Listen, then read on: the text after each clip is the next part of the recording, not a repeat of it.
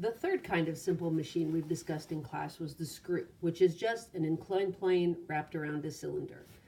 The notes that you got, which you may or may not have added to as you watched the caveman video, really describes the kind of screw that you would use if you were building a deck or fixing your roof or something like that. Twisting a screw into wood exerts an input force on the screw. The threads of the screw act like an inclined plane to increase the distance over which you exert the input force. The threads exert an output force on the wood, pulling the screw into the wood. Friction between the screw and the wood hold the screw in place. All of this is very true and a really good description of the way a deck screw or a building screw works. But don't get really hung up on the idea that when we refer to simple machines and we're talking about a screw, it doesn't have to be building materials that we're discussing. Anything that's an inclined plane wrapped around a cylinder is a screw. It's a simple machine. We talked about a couple of examples of that in class today.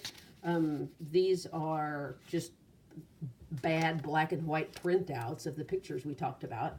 But this is Capulin Volcano in New Mexico. It's a dormant volcano.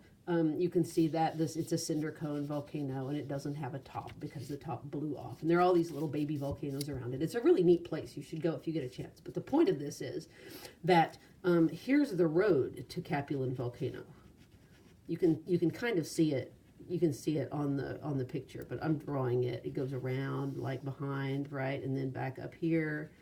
So if you want to go visit the top of the volcano, I've been several times. You probably don't want to like just drive up the side of the volcano, right? Because it's really, really steep and very rocky.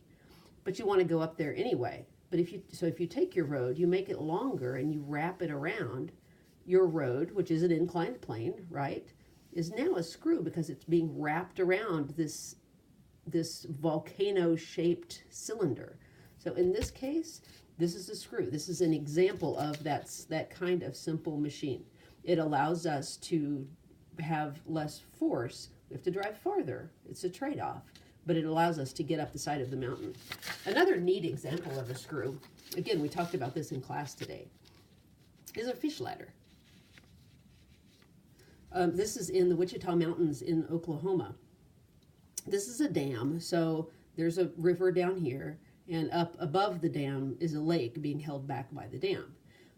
And when they wanted to build this dam, they found that there was a species of fish that needed to be able to travel from the river to the lake and back. And they didn't want to mess up this fish species and harm that population, so they needed to figure out a way for the fish to go back and forth. Well, even if there was water going over this dam, the fish obviously couldn't go up and down it.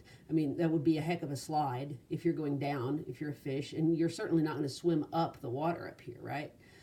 So they built what's called a fish ladder, and it's just a ramp that goes around and around and around.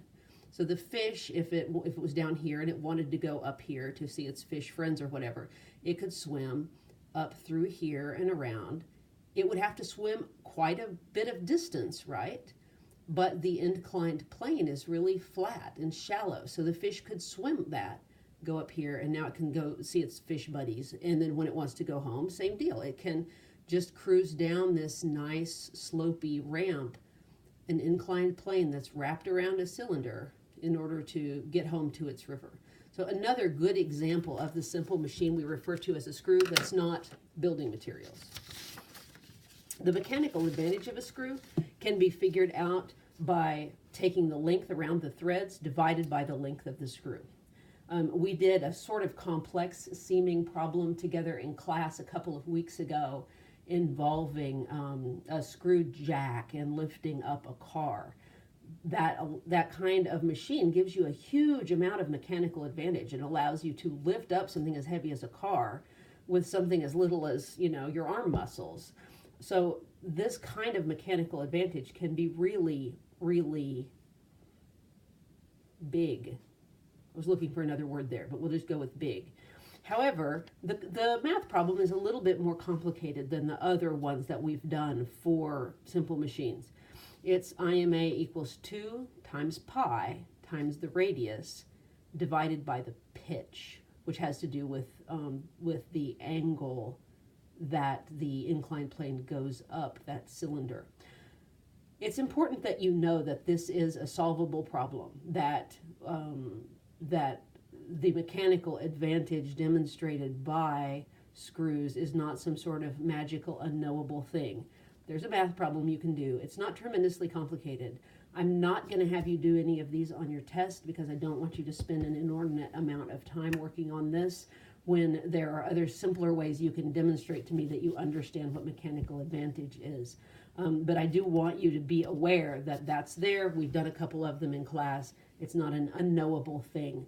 And the next time you take physics, you'll probably have to go in more depth, but you should be well prepared for that then.